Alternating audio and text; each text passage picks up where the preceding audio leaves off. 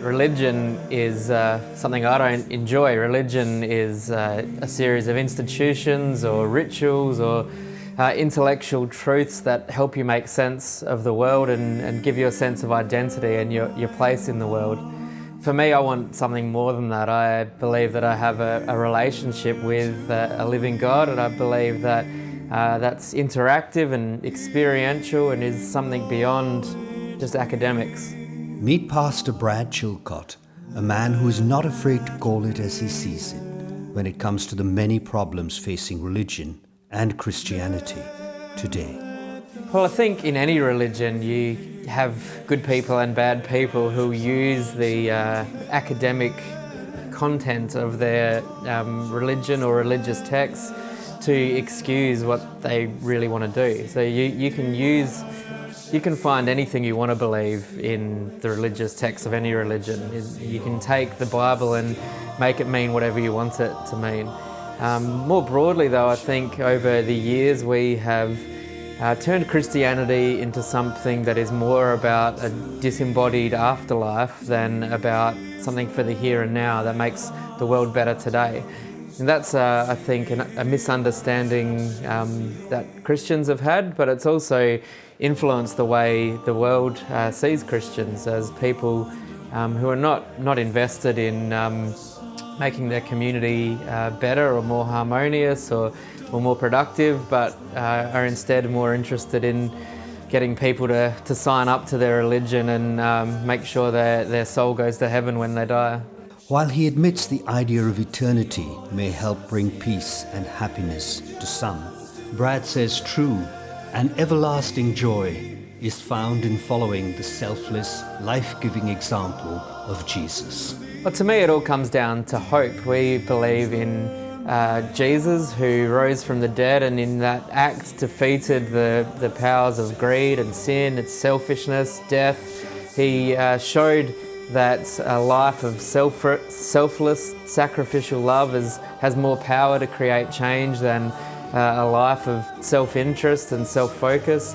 He showed us what the world could be like if people were to truly live for others and to give up themselves for the sake of their community and for those less fortunate than us. And so to me it comes down to hope. We are not surrounded by this tragedy and look at it as if nothing can ever change. We believe that resurrection is possible, not just for individuals or for a sense of eternity in heaven, but actually that resurrection and healing is available to communities, to families, to nations and to the whole world.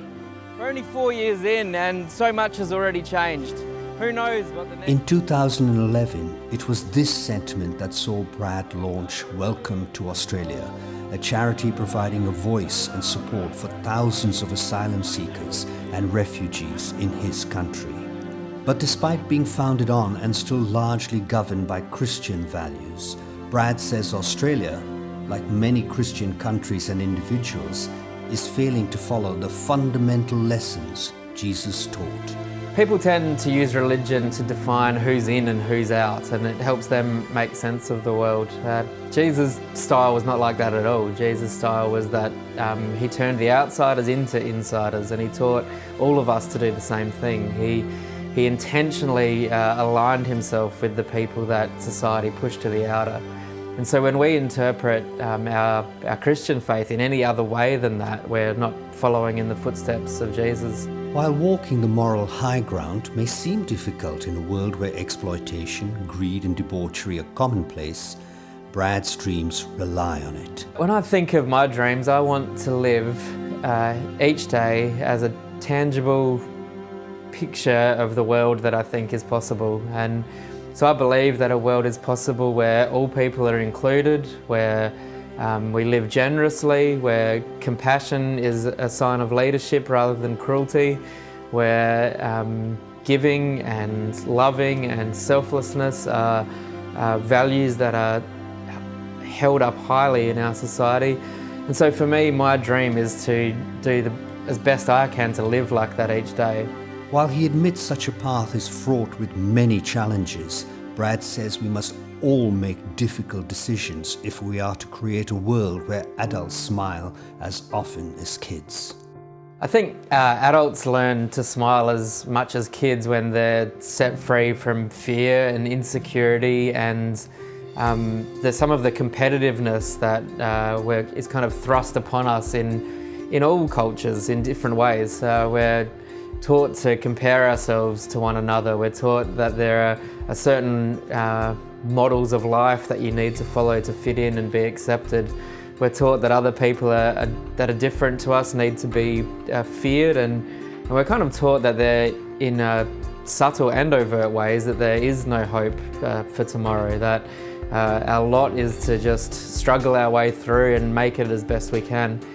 To me, hope is the great provider of smiles, or the great provider of happiness. It means that when something is challenging, that you can get up the next day and think today is a new day, tomorrow is a new tomorrow, and I can go into this day knowing that good things are ahead.